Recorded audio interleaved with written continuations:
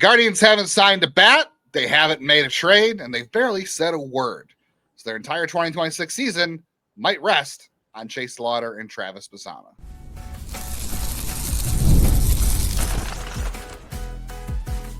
You are Locked On Guardians, your daily podcast on the Cleveland Guardians. Part of the Locked On Podcast Network, your team every day. Welcome back on in, Guardians fans, to a newsless Monday edition of Locked On Guardians. We appreciate you hanging out with us for the next half hour because we're the only place, let's be honest, talking about your Cleveland Guardians every single day, for the majors, the minors, the draft, everything in between, in a snowy, covered Northeast Ohio. This is part of the Locked On Podcast Network, now proud to be the #1 sports podcast network. Thank you. Justin Lada, if you're new here, I'm one of your two co-hosts for the show. Have been for the last 3 years and counting, with my friend and co-host Jeff Ellis, and I have spent 18 long years covering the Guardians minor league system as a prospect writer and editor at various websites. And I want to thank you for joining us on the show today. I'm Jeff Ellis, as he mentioned. I've been here since the beginning of Locked On with baseball nearly 7 years ago. Before that, I was a national writer. It's gotten 24/7, focused on prospects and the draft. I want to thank you for making today's episode your first listen today, every day, wherever it is you get podcasts. And a big shout out to all of our everydayers out there. Thank you for joining us in the conversation. Thank you all. Yes, we love you. Stick around. We'll still have lots to talk about. I think it'll be an interesting week. We are down to 3 episodes a week starting this week. So we will record today. We'll have an episode on Monday. You'll have an episode Wednesday. You'll have an episode Friday. If the Guardians manage to make any big news in between, we'll be here for you because, rain, sleet, or snow, we always deliver. Today's show, we're going to be figuring out why there was so much secrecy around Stephen Vogt's contract extension. We'll talk about the state of the free agent market and when and if Cleveland lands some of their targets, if any of them are still realistic. But we're debating whether or not Chase DeLauter and or Travis Bazzana should be on the Guardians opening day roster. You can't bet on that on FanDuel, but this episode is brought to you by FanDuel. If you want to be right in the middle of the action during the NFL season, visit FanDuel.com to place your live NFL bets all season long. So the Guardians have not added a single position player to their roster this offseason when it comes to free agents or trades. Nolan Jones does not count. Sorry. Their public messaging is they don't want to block any young players, and it's pretty clear those young players would be Chase DeLauter and Travis Bazzana. So that begs the question, if the Guardians are going to be silent this offseason when it comes to position player acquisitions because of that, does that force them, or should that force them into a corner about having Bazzana and DeLauter on the opening day roster? Is it one? Is it both? Is it none? What do you think, Jeff?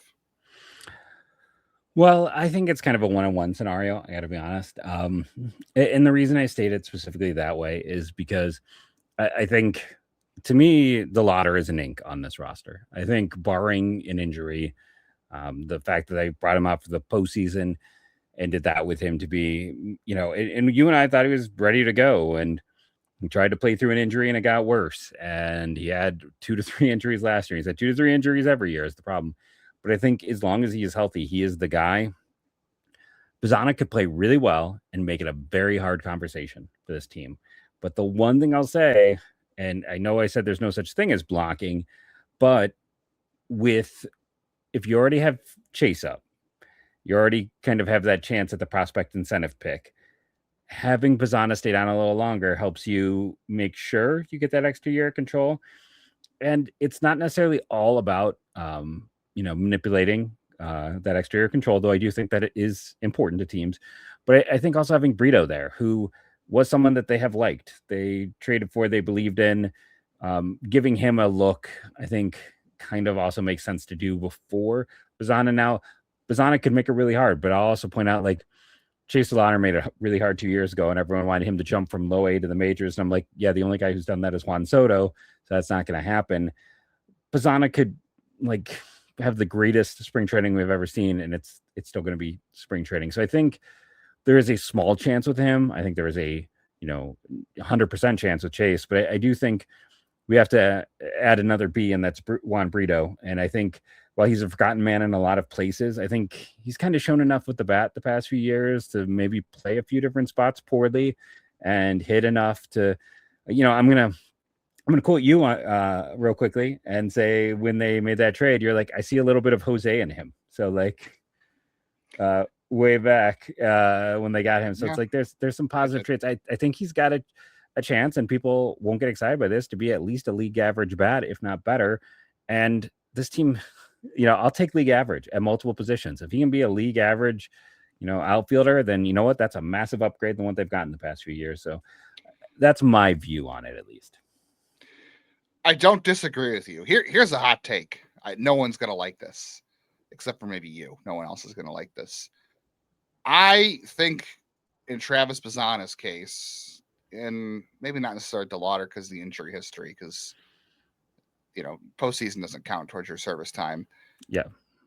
Bazzana, I think you're right, 100% right on Brito. I think you give him a chance. If you're not gonna add a Brendan Donovan, a Ketel Marte, Polanco's off the board, and I don't even know who else is out there you can plug in at second base if you want Rocchio at short and Arias is doing God knows what. I think I don't hate that, but you could kind of figure out where that goes, I guess. I definitely would play service time games with Bazzana. Like, he is legitimately the best player in your system now. And he's the guy you want to develop into the face of your team. I'm 100% playing the service time game with him. I know people aren't going to like that, but I am.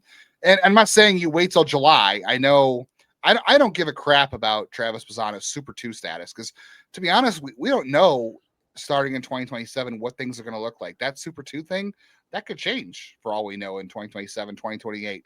But I would, the Cubs, Chris Bryant did file a grievance to the Cubs about him being in AAA for 2 weeks, and Mike Olt was the third baseman, and they brought him up when Olt got hurt, and the Cubs, he tried to file a grievance and he lost. It's very hard for players to win grievances in these cases. So I would find a way. Like Brito. Yeah. So yeah, you're right. That's a very similar scenario. You're right. So I would 100% forego the idea of Bazzana being on the open day roster. Give Brito a shot. Now, if Brito stinks and you want to pull the plug and go to Bazzana, there's probably no coming back from that. The problem is, if you're going to do that, you can't do it in, like, what was all out, like, in 3 weeks, right? Like, I think Bryant was in the minors 2 or 3 weeks, because there's, what is it, like 15 days restricts you from getting that extra year or that earlier free agency.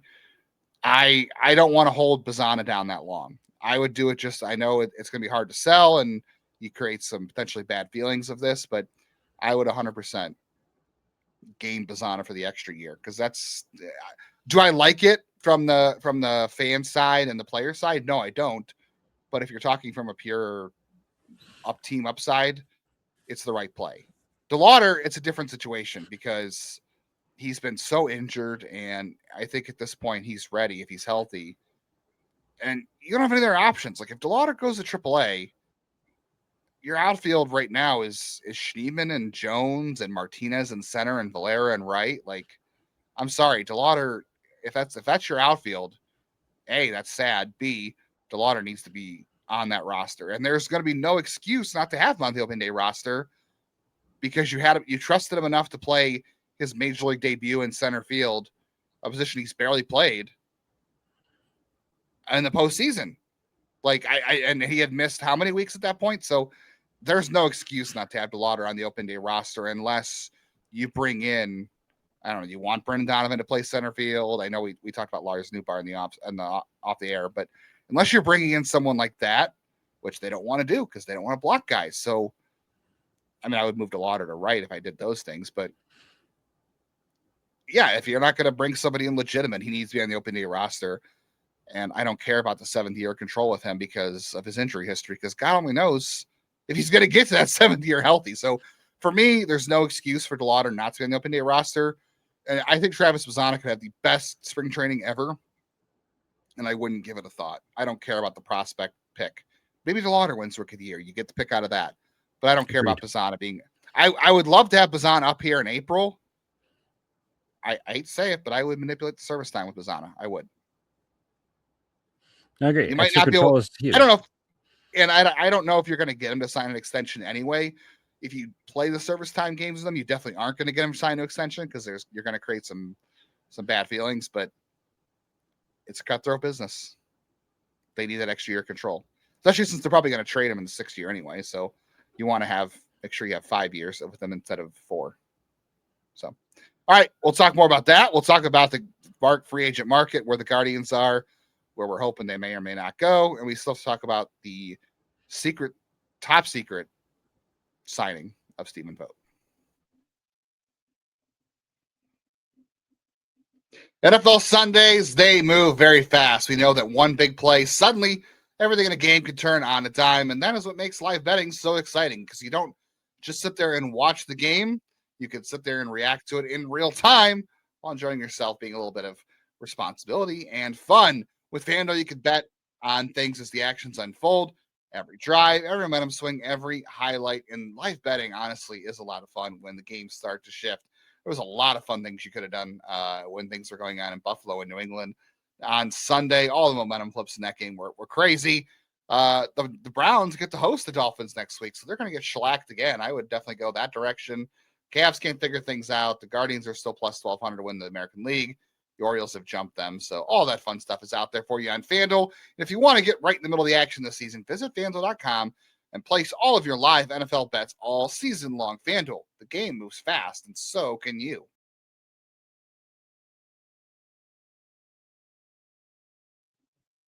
Appreciate you being here with us on Locked On Guardians every single day, and thank you for making us the #1 sports podcast network. You already live your team, your Cleveland Guardians, every day. Take it up a level.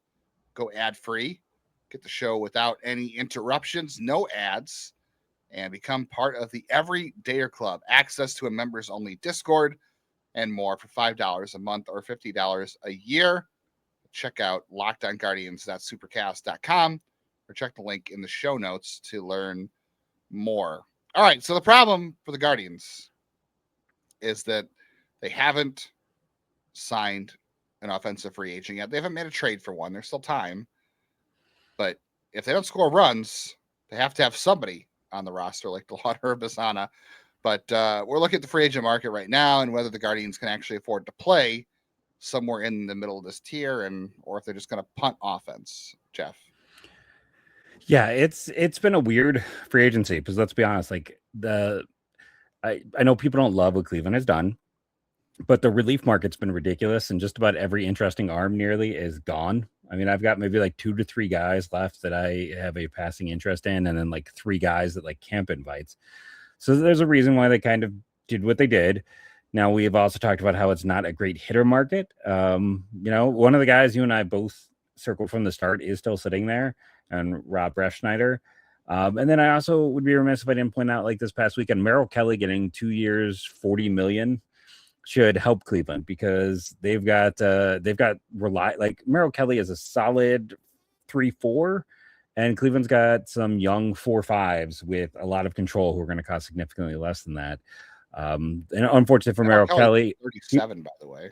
Yeah. I mean, unfortunately for Merrill Kelly, he was signed by Arizona. I know he pitched there before, but every other big name free agent pitcher they have ever signed has immediately gotten hurt or stunk, with Rodriguez, with Montgomery, with Corbin Burns. So Merrill Kelly's going to break. Former Guardians draft pick Merrill Kelly, that is, I should say.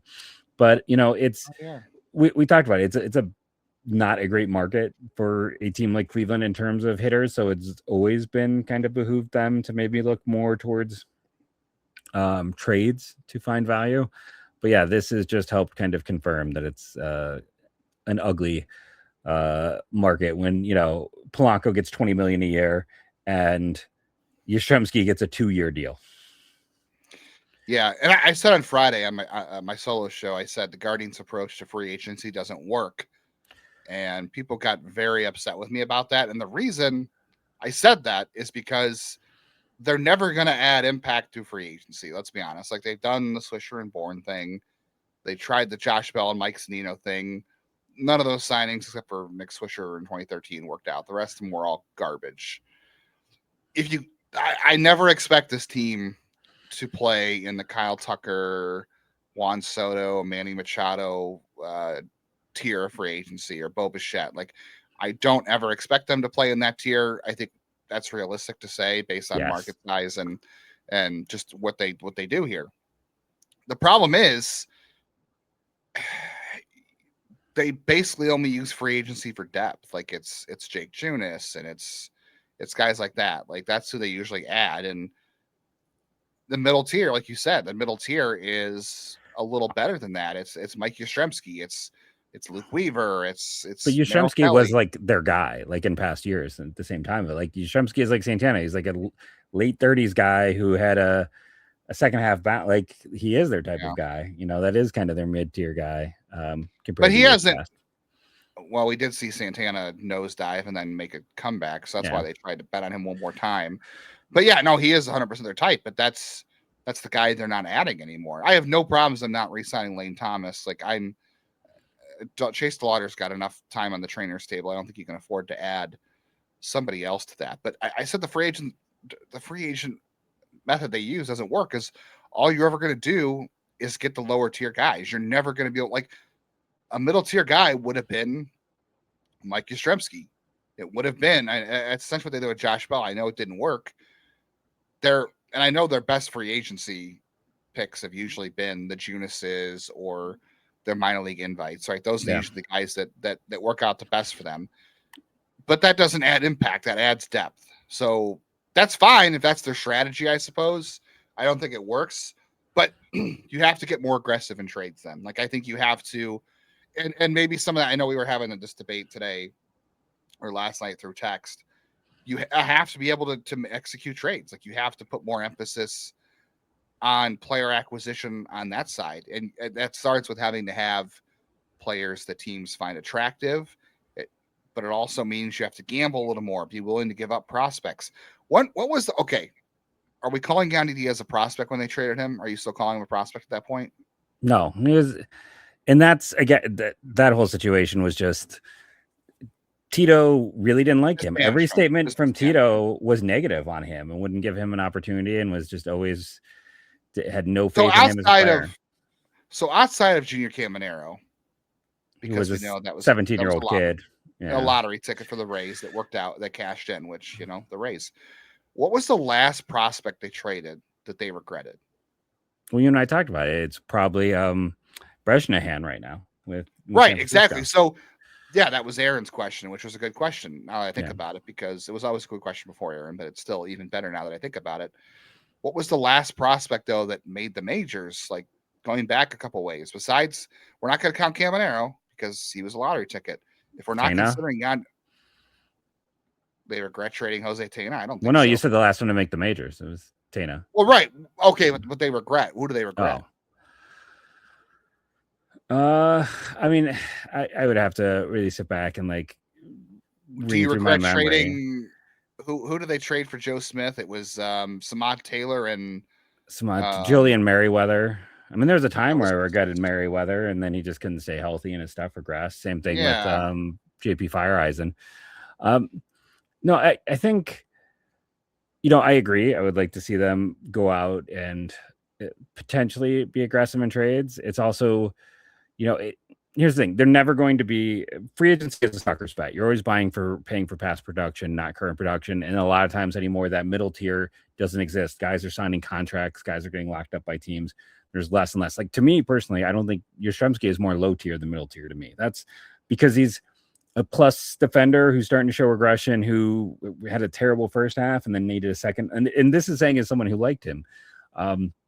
So I think, the free agency is always going to be a bad bet. And I mean, honestly, as a team, their approach is to try to keep it internal, which, teams that but I mean, that's what a lot of teams do who are that. I mean, the Rays, like, who are they signing or trading for? It's like the Reds. Cedric Mullins. I mean, not for 1 year. I mean, I had no interest in Cedric Mullins after last year, but it's like, they're aggressive with trades. They are usually aggressive trading. They're aggressive trading away their pieces. Right. Because they have to restock. Yeah, they're always restocking. They're never aggressive to go out and get anyone. It's always. They went out and got Chris Morel, and that smacked him in the face. Yeah. Yeah. Well, I mean, that was to give up Paredes, who was like less control, but like the proven guy. Like, it just, so like, I mean, unfortunately, this is baseball, Cleveland and all these other teams aren't supposed to be good. Baseball spent, the last 100 years with, you had your big market teams, and everyone else were feeder systems for those teams. That's why the Yankees have made so many World Series. That's why the Dodgers now are like, it's a broken system that is not meant for these teams to be consistently successful like they have been. And, the all of these teams have the one thing in common. Like they're not going out and getting the big free agents. They're not going out and trading, 4 prospects for one guy, because they need the ability to have that. I mean, look, we talked about how San Diego has got nothing left because San Diego executes those kinds of deals. The only reason they're still afloat is because they had an owner who was, let's be honest, who was dying, and he gave them carte blanche. And then when he died, now they're hosed and they're trying to figure out ways to cut money. Yeah. Like, it's such a hard needle to thread. I would like to see them, I was all about trading Brian Rocchio when he was in high A and a top 100 guy. That's what I'd like to see. My take is this: if you have not regretted a trade, not the Junior Caminero types like that, it just is what it is there. But if you have not made a trade that you regret on a bigger scale, you're not making enough. You're not trying enough. That's my. I shouldn't say you're not trying enough, but you're not pushing hard enough. Like the team still has to like your players. It's why they couldn't land Sean Murphy. It's why they couldn't land Matt Olson, even though those trades worked out miserably bad for the other teams besides the Braves. But you have to have that starts with acquiring players the other teams want too, and that's also something this team has had trouble with as well. All right, speaking of trouble, the Guardians PR wise, I hate to say this, I don't understand it sometimes. Stephen Vogt, that extension was mirrored and shrouded secrecy. It's a defining feature of this organization. We'll talk about it next. World Cup is coming back to North America for the first time since 1994, and 48 teams are playing in it for the first time ever. It's going to be a massive tournament, which means tickets, they're going to be hard to get. That's why the Game Time app is super clutch for events like this, because it finally gives fans like you and I the advantage when it comes to snagging seats. Because on Game Time, you could do things like tracking price drops in real time. You can get alerts when good seats open. You can buy tickets the moment they hit the app for big events like this, putting the power back in your hands. And that's what makes going to the World Cup much more possible than sitting at home watching it on TV. Christmas gifts, I'm telling you, live experiences, live events are the best thing for Christmas. My wife and I do it every year. I got her some comedy tickets. I know she's not watching, so I can say that on the air. And you can find all that stuff over on Game Time. Take the guesswork out of buying World Cup tickets every match, concert, event with Game Time. Download the Game Time app. Create an account. Use code LOCKEDONMLB for $20 off your first purchase. Terms apply. Again, download the app. Make an account. Use code LOCKEDONMLB for $20 off. Swipe, tap, ticket, go. Game Time.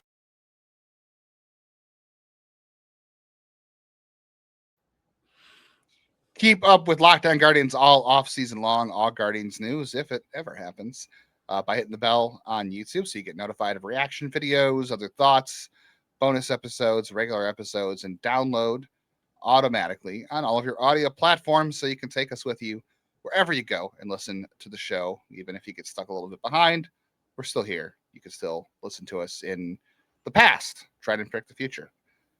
Jeff, I just don't understand why everything in this organization is a nuclear secret.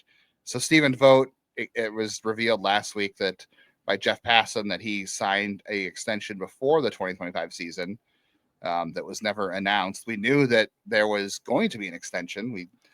The Guardians said as much, that Stephen Vogt's going to be a Guardian for a long time.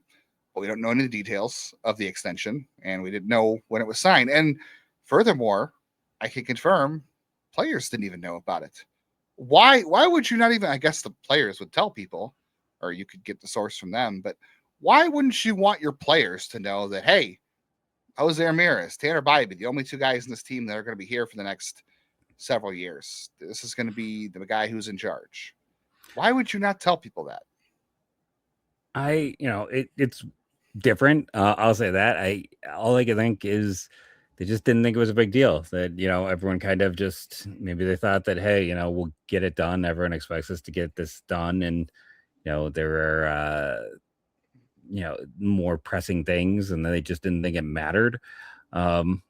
It's weird. It's different. I'm not going to really try to sit back and defend the whole thing of it, but That's all I can think is maybe they just thought it wasn't really that big of news. I feel like they never really announced when Tito got extensions either. It's just like he had, this is just kind of, they don't announce anything with their assistants unless someone's getting hired or leaving. So I think they tend to think that like coaching is just stuff that people don't care about as much. I know, but it's still positive news. And let's be honest. No, it is. This organization needs to be able to go out and push good news when they have it. Like you found, you took a chance on Stephen Vogt because you thought he could be the next great manager here. And so far he has been. I mean, he's done a great job. We can't, manage the year back-to-back years, even as symbolic as that award is and goofy voting. Like he got enough votes 2 years in a row. Vogt got enough votes to be the manager of the year. They made the playoffs. They won the division back-to-back years for the first time since 2017 and 2018 under Tito. The Tito thing I understood because he had health concerns. So like I understood just not being public with details because like, it was going to be year to year. You didn't want to push it with his health. You wanted to let it be on his own terms. And he had that kind of seniority and clout. I get that. The Vogt thing I don't understand because you went out and you made that hire and you hit a home run. Like it's been a great hire. And I don't know why you wouldn't want to say we love what we found in Vogt. We think he's the right leader for the organization. And this happened like it happened before the 2025 season. I can understand like if you were thinking about the extension, like in the aftermath of the gambling scandal, all that kind of stuff, I could understand that. But you signed it before the season. I don't understand why that wouldn't have been bigger news at the time. Like it stops people from trying to poach, like because with him being upcoming free agent, we talked about the offseason. Like there was one really terrible Twitter account of the Giants who thought he was going to be the next manager of the Giants, Stephen Vogt, and turns out that was ludicrous anyway. But the extension was already signed by then. So even the word didn't get around to anybody in the game.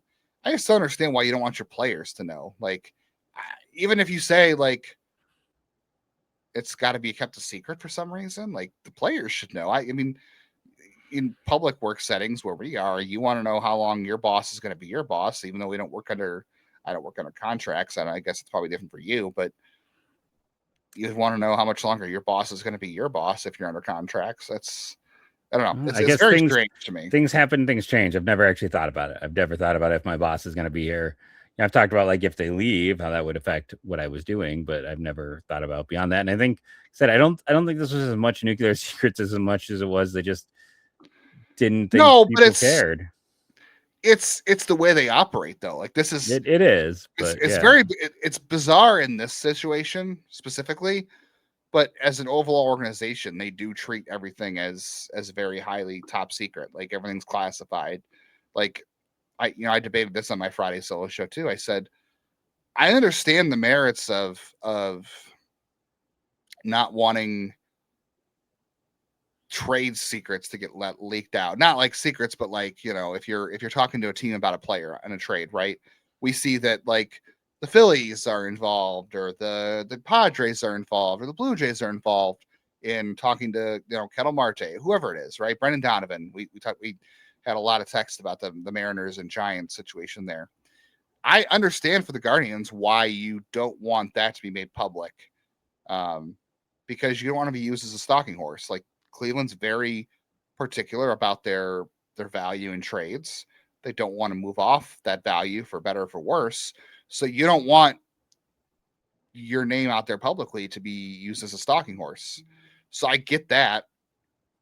Same with free agency too. You don't want to have people know that you're talking to a certain free agent because you don't want to be used as leverage and you don't want to be, those kind of things. So I get that. Like, what is the benefit of doing it in this situation? Like, are you trying not to make his salary public because you don't want to show how much you're paying him? Because it sounds like he's going to be one of the top 5 managers paid. Like we already talked about it before. It's something I could think of. I mean, I just think, again, I don't think it's anything as serious as you're making it. I just think they just got it done. Maybe for all we know, maybe Vogt didn't want it out there. It could be stuff like that. But like it just feels like I said with Tito, they didn't really announce it. It kind of eventually just kind of found its way out. And I feel like it's just kind of The that. Tito thing, I feel like, was health, though. I feel like it was all health. It was, but they also didn't announce it. And it could have been every single time. It could have been a big deal because Tito was arguably the biggest name tied to the team at the times. Even with Jose there, nationally, Tito was probably still more recognized than Jose. So they just tend to operate like, hey, it's a situation where it almost feels like they're letting, they're just, to them, it's not that big of a deal. And based on like the number of tweets I saw from other people when it came out, I mean, I'd be hard pressed to disagree. Not a lot of people outside of the diehards really seemed to even run with the information when it broke with Bazzana last Friday. Like, I think I saw like 4 total tweets, and like one was from you, one was from Bazzana, one was from Meisel, and then like one other fan. So it just, it is a weird situation where it's like, because have you ever seen any other organization do this, though? Have you ever seen that happen? I mean, I don't pay attention to any other organization to know. Like, I'm not watching them enough in depth to really say that, yeah, other people are doing similar things. So I can't really say one way or another to know enough to know. Yeah. Well, let us know in the comments what your conspiracy theory is. Put your tinfoil hat on. Try to figure it out. Let us know. Maybe we'll read some of the best ones in the future. They could be goofy. They could be serious. Who knows? Appreciate you. Have something else? No. Okay. All right. Well, thank you for tuning in today. And so here's the schedule once again. If you forgot in the last 20 minutes, Wednesday, I'll be hosting solo with you. Jeff will be with you solo on Friday. And Wednesday, I'm going to take my run at being the armchair GM of the Guardians. I will tell you what moves I would make this offseason. I'm going to be realistic. I'm not going to say, well, I would sign Kyle Tucker. I would have signed Pete Alonso. No, I'm going to tell you what moves I would make if I was running the Guardians. As Chris Antoni, you could tell me how stupid I am and how unrealistic. You're ready to hear for a Brandon Donovan trade. Justin. Maybe. No, Kevin Marte, obviously. It's going to be Donovan. That's my prediction. It's going to be Donovan. All right, we got to tune in to find out. You got to listen. So make sure you subscribe and follow Locked On Guardians to get all the latest episodes. And if Locked On Guardians made your Spotify Wrapped, prove it on social media to secure a free month of our brand new Everydayer Club. Tag our national Locked On Podcast Network account on any social platform. They'll drop you a code. You're going to be one of the first to join the Everydayer Club to get ad-free episodes and access to the members-only Discord. Thank you all for joining us. Remember to rate and review, download daily. It helps. Throw up an iTunes review if you haven't done that, or wherever it is you listen, and keep showing us your raps. We really love seeing them. Thank you all, and go Guardians, go.